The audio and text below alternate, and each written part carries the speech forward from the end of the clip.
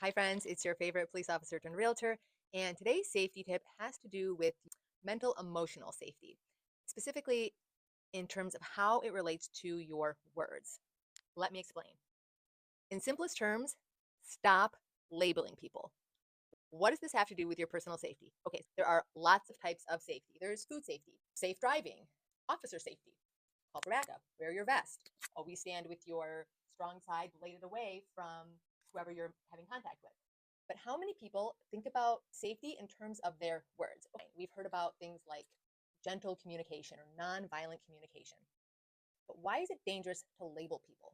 If you think about it from the perspective that most people have no idea how powerful they are, your subconscious can't take a joke. It's really innocent. And everything you feed it, it believes. Now, if you've ever tried affirmations, you know that this doesn't always work right away, right? It takes time and repetition, and there are different techniques and strategies to get the subconscious to accept an affirmation as true and then therefore begin to manifest it.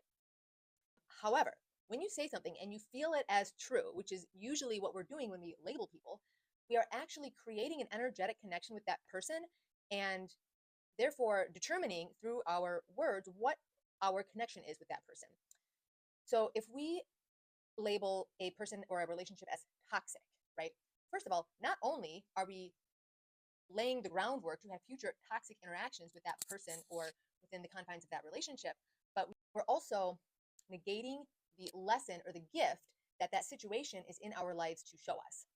I'm not saying if a person is a narcissist, another label to avoid, or the relationship dynamic is toxic, that a person should stay in the relationship, for example. What I am saying is that when we separate ourselves from that person or that situation, we do so with an energy of love and gratitude. Thank you for showing me what I shouldn't have been allowing or tolerating in my life. Thank you for the gift of making me realize that I deserve more. And really to send that person positive energy. Because what makes people attractive? Why is one person attracted to another? It's because that person is radiant, they're shining. They are not looking to take or receive. They are loving, right? They have a glow about them. And what that is somebody who looks upon others favorably, sees them with a good eye. Now, some of you might be saying, well, if a person is toxic or a narcissist or an abuser, how could I possibly look at them favorably? That's like ignoring what's right in front of my face. I'm not saying you love the behavior, but what you do love is the lesson, what it's showing you. And even on some level, to have the understanding that this person is really an angel and an actor on the universe's payroll who has been hired to show you some sort of lesson in your life. So, again, what does this have to do with safety?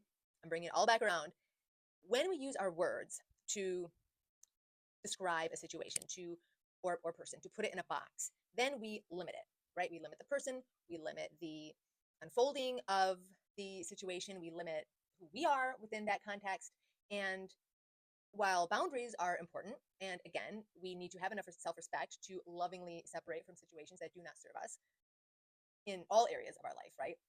Thoughts that don't serve us, environments that don't serve us, reactions that don't serve us, um, belief systems that don't serve us. We also need to understand that as I speak, I create. In fact, the phrase abracadabra is Hebrew, which is exactly that translation. As I speak, so I create. Okay, so I know this got a little bit out there, but I think it's super important. And I think that so much of safety, personal protection, if you will, comes down to positivity. Positive thinking, a positive mental attitude creates an aura of protection around a person. Now, again, this is not to be foolish. And again, as a cop, you're not going to be like, hey, everything's, rosy and rainbows and kittens and, I'm not even going to load my gun in the morning. No, we live in the real world. We approach everything from more than one perspective. However, whatever it is that we're projecting is ultimately what we are creating, what is going to be our experience in life. So this went a little longer than I intended, but I think it's super powerful, and I wanted to share it with you guys. So if you're still watching, thanks for watching, and I'll see you in the next one. Bye, guys.